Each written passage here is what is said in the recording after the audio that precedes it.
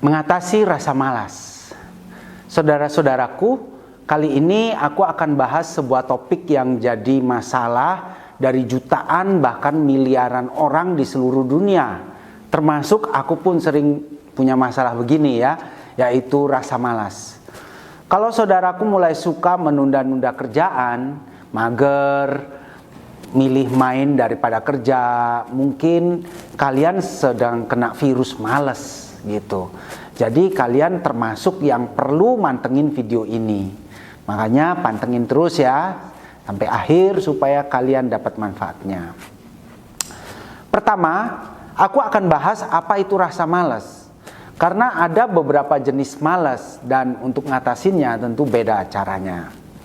Kedua, aku akan bahas cara aku sendiri mengatasi rasa malas yang sering menghinggapi diri aku sendiri dan juga tim aku. Semoga aja itu bisa menginspirasi saudara-saudaraku, para pemirsa yang aslinya sebenarnya itu pada rajin-rajin. Tapi saat ini atau barangkali nanti bakal ngerasa malas. Nah, video ini bisa bantu teman-teman ngatasinnya.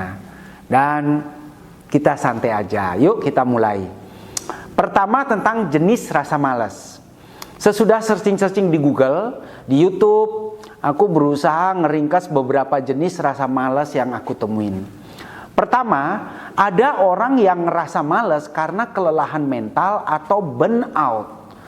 Ini orang yang ngerasa malas yang karena burnout ini ciri-cirinya dia itu punya sesuatu yang dulunya disukai seperti hobi, olahraga, atau kegiatan yang nyenengin lainnya. Tapi akhir-akhir ini kegiatan itu nggak dilakuin lagi. Bahkan dia itu sampai ngebenci kegiatan yang dulunya disenengin itu. Aneh kan? Saudara pernah ngerasain itu nggak? Nah, ciri-ciri lain dari orang yang burnout adalah dia itu mudah tersinggung, emosinya nggak terkendali dan moodnya naik turun. Nah, tapi kalau saudara lagi PMS, ini yang cewek-cewek, atau saudara memang dari sejak dulu memang sudah emosian, ya istilahnya memang bakatnya udah gitu, ya ciri-ciri ini nggak termasuk bahwa kalian termasuk yang burnout. Nah, kalau saudara ternyata ngalamin ciri-ciri yang seperti di atas, maka video ini mungkin bukan untuk kalian ya. Tapi aku janji akan segera bikin video yang ngebahas jenis rasa malas yang ini. Kedua, ada juga jenis malas di mana dia itu ngerasa nggak bisa apa-apa. Jadi malasnya itu karena nggak bisa apa-apa, karena nggak bisa ngerjain apa yang mestinya dikerjain. Jadi bawaannya malas. Nah, kalau saudaraku terjangkit rasa malas yang ini, maka video ini juga bukan buat kalian. Tapi tenang aja, aku juga bakalan bikin video yang buat ngatasin rasa malas yang jenis ini. Karena aku juga sebenarnya pernah ngalamin. Nah, semoga rasa malas saudara-saudaraku bukan dari kedua jenis itu ya. Nah, sekarang aku akan ngebahas rasa malas yang satu ini, jenis yang paling sering aku alamin dan juga sering dialamin oleh anggota timku ya. Ini adalah rasa malas atau kurang semangat kerja.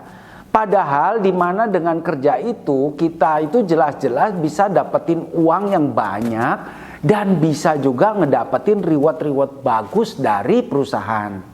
Pertama, aku mau jelasin dulu ya bahwa kerjaan yang aku dan tim aku jalanin itu kerjaan yang jenisnya dimana kami itu dapat uang hanya kalau ada hasil kerja. Jadi kami itu nggak dapat uang kalau nggak ada hasil yang bisa kami berikan ke perusahaan, alias kami itu tidak ada gaji tetap ya. Dalam kerjaan yang seperti ini bagusnya memang kita nggak perlu ngantor tiap hari, alias kerjanya itu fleksibel, bisa dari mana aja dan kapan aja. Nah, tapi bagusnya kalau kami dapat hasil, maka uangnya itu akan banyak banget gitu ya. Dan apalagi kalau kami berhasil capai target. Nah, selain dapat uang, kami juga akan dapat reward-reward tambahan yang luar biasa banget. Mulai dari bonus uang, bonus piagam. Piagamnya juga keren-keren ya, bisa buat kenang-kenangan buat anak cucu gitu. Bahkan kita itu bisa sampai dapetin tur kemana-mana, ke Eropa, Amerika, ke seluruh Asia, pokoknya ke seluruh dunia lah. Nah, tapi sebaliknya, kalau kita itu nggak berhasil mendapatin sesuatu gitu buat perusahaan, ya kita nggak bakal dapat apa-apa. Nah, itu bagusnya. Kalau jeleknya yaitu kalau sudah kena rasa malas itu yang berakibat jadinya mager, maunya main melulu, sepertinya kerja padahal nggak jelas gitu. Akibatnya jadi nggak produktif dan ujungnya kan jadi nggak dapat duit, nggak capai target, dan rewardnya jadi jauh banget gitu ya, rasanya jauh banget. Nah, dengan sistem kerja seperti itu sebenarnya sih nggak ada alasan ya kita ini buat males. Tapi kenyataannya anggota timku itu, bahkan aku sendiri juga sering kali dihinggapi rasa malas kerja. Nah, saudara-saudaraku semua, sebenarnya setiap orang, bahkan orang yang paling berprestasi pun bisa aja suatu kali ngalamin rasa malas seperti itu. Nah, tapi orang yang berprestasi tinggi biasanya dengan cepat bisa kenal dengan masalahnya, lalu tahu cara ngatasinnya, dan dengan segera bisa ngatasin, sehingga mereka itu bisa tetap nunjukin performa atau produktivitas yang tinggi. Nah, sesuai pengalaman aku sendiri ya, ketika muncul rasa malas itu, aku akan segera memeriksa 3 hal, yaitu goal, reward, dan punishment ya. Aku ulangi, yaitu 1 goal, yang kedua reward, yang ketiga punishment. Nah, teori ini aku dapetin dari sebuah buku motivasi. Secara umum dikatakan untuk bisa punya semangat kerja memang seharusnya seseorang punya 3 hal itu dalam dirinya ya, yaitu goal, reward, punishment. Saya ulang-ulangi supaya kalian, saudara-saudaraku, bisa mancep nih di otak.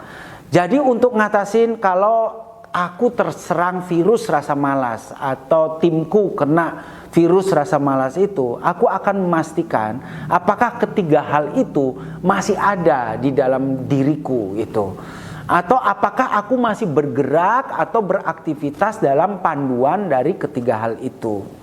Nah, ini khusus mengenai untuk malas yang akut ya. Dalam konteks tersebut, yaitu mager banget, maka goal yang biasanya aku mau pastiin itu adalah goal, bukan goal yang ditetapin perusahaan untuk bisa mencapai reward tertentu, bukan itu, tapi goal aktivitas harian. Jadi jangan salah, goal itu bukan hanya yang merupakan reward dari perusahaan, tapi aktivitas harian. Jadi aku harus memastikan kepada diriku atau kepada timku bahwa mereka itu di otaknya masih ada, di pikirannya masih ada goal bahwa mesti punya aktivitas harian bagaimana supaya bisa punya produktivitas tertentu itu. Nah, kenapa sih menetapkan goal yang berupa aktivitas? Bukannya kita itu setiap hari kerja memang udah beraktivitas ya. Memang benar begitu, tapi seringkali dalam kerjaan yang jenis yang aku lakuin ini ya, aktivitas yang dilakukan, yang kita lakukan tuh seringkali kalau orang yang sudah nggak jelas goalnya itu, aktivitasnya itu jadinya nggak jelas, sehingga bukannya aktivitas produktif yang bisa mendatangkan hasil yang kita lakukan. Misalnya kita meeting sana, meeting sini ya, istilah kerennya meeting, padahal itu namanya ngobrol gitu ya. Lalu kelihatannya sibuk padahal cek media sosial doang, scrolling TikTok gitu. Nah, kalian pernah nggak ngalamin itu? Nah, jadi sangat penting sebenarnya membuat goal aktivitas harian, dan itu harusnya ditulis di dalam agenda. Dan untuk mengatasi rasa malas, tetapkan goal berupa aktivitas harian, awalnya yang sederhana saja, yang sederhana dulu. Misalnya berhasil presentasi kepada 2 orang setiap hari, dan itu pastikan harus dilakukan selama 6 hari berturut-turut dalam seminggu gitu ya. Ingat, jangan buat goal yang terlalu ambisius di awal. Misalnya kalian baru mulai aja langsung bikin 5 presentasi setiap hari. Wah, itu bakal kita sendiri alam bawah sadarnya udah ngerasa itu nggak bakal sanggup ya, sehingga akhirnya ya ujungnya males lagi, akhirnya tidur juga gitu. Maka dari itu ya pastikan goal itu pertama sederhana, realistis, dan juga penting banget disetujui oleh tim yang kita pimpin, yang kita mau bangkitkan dari rasa malas. Nah, kalau 2 presentasi sehari masih dirasakan tinggi, maka turunkan jadi 1, nggak apa-apa. Tapi pastikan goal itu tercapai setiap hari dan berturut-turut minimal seminggu dulu, gitu. Nah, nanti setelah seminggu dievaluasi. Nah, bagaimana goal yang dilakukan, dipastikan selama seminggu itu, dipastikan, maka itu akan nanti membentuk kebiasaan baru gitu. Merubah dari yang mager akhirnya biasa jalan lagi. Nah, dan pastikan bahwa goal itu tertulis gitu. Yang kedua berkaitan dengan hal yang pertama, yaitu memberikan reward. Reward itu adalah hadiah yang akan kita dapatkan apabila goal tercapai. Nah, karena kita ini baru mulai ya, ini ngomong mengenai mengatasi rasa malas, maka baru mulai, goalnya juga aktivitas harian yang simple, maka rewardnya juga jangan yang terlalu keren-keren juga, bikin reward yang simple aja. Misalnya berupa bintang di kalender. Ya, kamu punya kalender yang ditempel di dinding atau ada di meja, lalu setiap kali berhasil mencapai goal, maka kasih bintang di kalender itu. Ya, sebaiknya itu yang jangan di HP gitu ya, tapi yang real di meja, di dinding gitu supaya kelihatan.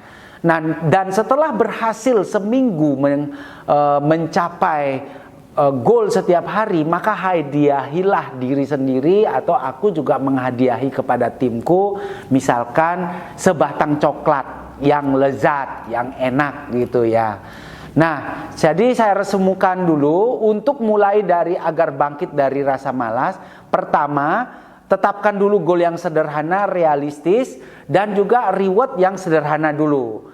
Nah, lalu berusaha lakukan setelah seminggu, kemudian lanjutkan di minggu berikutnya sampai sebulan. Nah, maka kalau saya atau timku biasanya kalau sudah melakukan sampai sebulan, biasanya kita akan kembali pada ritme kerja yang semula, alias sudah terbebas dari rasa malas. Nah, sekarang ada yang ketiga, yaitu punishment. Hal ketiga yang harus ada dalam komponen untuk memacu diri kita agar bangkit lagi dari rasa malas adalah adanya punishment atau hukuman apabila goal tidak tercapai. Jadi ini lawannya reward ya. Kalau reward itu adalah apa yang akan diberikan pada diri kita kalau capai goal. Sedangkan kalau punishment itu hukuman kalau goal itu tidak tercapai. Itu harus ada hukumannya. Kenapa kok harus ada hukuman sih Pak? Ya itu memang sifat dasar manusia ya, dimana harus dipecut supaya bisa bangkit. Nah, untuk anak-anak hukuman itu mungkin bisa datang dari guru gitu ya, atau dari orang tua. Tapi manusia dewasa kayak kita ini mana mungkin sih ada orang tua yang akan hukum kita gitu kalau malas. Nah, akibatnya memang bisa keterusan malas gitu. Maka dari itu kita mesti punya disiplin diri sendiri atau leader yang memberikan hukuman ketika kita itu merasa malas gitu. Dan karena kita sudah dewasa, tentu hukuman itu harus disetujui bersama ya dengan anggota tim gitu, supaya nggak tersinggung nanti. Nah, pertanyaannya sekarang, hukuman apa sih yang pantas dan bagaimana itu dilaksanakan? Lalu siapa yang melakukan? Nah, ada ide nggak nih kalian? Nah, kalau aku ini ya, biasanya jenis punishment yang diberikan juga sederhana, tapi itu bisa menyakitkan gitu ya. Jadi itu juga jenisnya tanda di kalender, tapi tanda di kalender itu nanti kita harus tunjukkan kepada tim yang lain gitu ya. Nah, tanda di kalender kalau seseorang tidak mencapai goalnya, misalnya bisa kalendernya dicoret pakai spidol merah gitu. Nah, Pengalamanku, kalian jangan memberikan hukuman yang bisa menyebabkan seseorang tidak ikut di dalam suatu aktivitas. Misalnya hukumannya adalah tidak diikutkan dalam meeting. Nah, pengalamanku kalau jenis punishmentnya yang seperti ini, malahan itu akan bikin anggota tim yang tadinya sudah malas, malah jadinya tambah malas lagi, tambah nggak datang lagi gitu ya. Jadinya tidak berhasil ya tujuan punishment itu. Nah, berikutnya adalah punishment itu harus seperti yang tadi saya katakan, punishment itu cukup menyakitkan tapi sopan gitu ya. Misalnya dengan melingkari kalender dengan spidol merah, di mana pada hari-hari di mana target aktivitas itu tidak tercapai. Nah, kalau itu pun tidak mempan karena sudah seminggu kok kalendernya masih banyak merahnya, maka terapkan hukuman yang lain. Tapi itu harus disepakati, dan biasanya nih yang menghukum diri sendiri tapi diawasin ya. Misalkan, yuk kita sepakatin nanti kalau makan tidak boleh pakai lauk gitu, hanya pakai sayur doang gitu, alias puasa. Karena ini udah nggak capai target ini, dalam seminggu nih merahnya kok banyak banget gitu. Atau mungkin kalau yang biasa merokok, kita bilang ya, yuk hukumannya nggak boleh merokok ya, karena nggak capai target. Dan itu perlu diawasi, apakah leader mengawasi, apakah istrinya, apakah suaminya, begitu ya. Nah, pastikan punishment itu dilakukan secara pribadi gitu. Jadi bukan orang lain yang menghukum, tetapi dilakukan secara pribadi. Dengan punishment ini diharapkan saudara-saudara yang tadinya malas itu akhirnya tercambuk untuk bisa rajin kembali. Nah, saudara-saudara, itu tadi sharingku mengenai rasa malas, mengatasi rasa malas. Aku ringkas lagi, untuk mengatasi rasa malas, kita lakukan 3 hal, yaitu pertama, menetapkan goal aktivitas harian yang jelas. Kedua, menetapkan reward kalau goal itu tercapai. Dan yang ketiga, menerapkan punishment sederhana bila goal itu tidak tercapai. Demikianlah sharingku kali ini. Semoga sharing dari pengalaman pribadi ini bisa jadi inspirasi. Sampai ketemu lagi dalam keadaan yang sukses.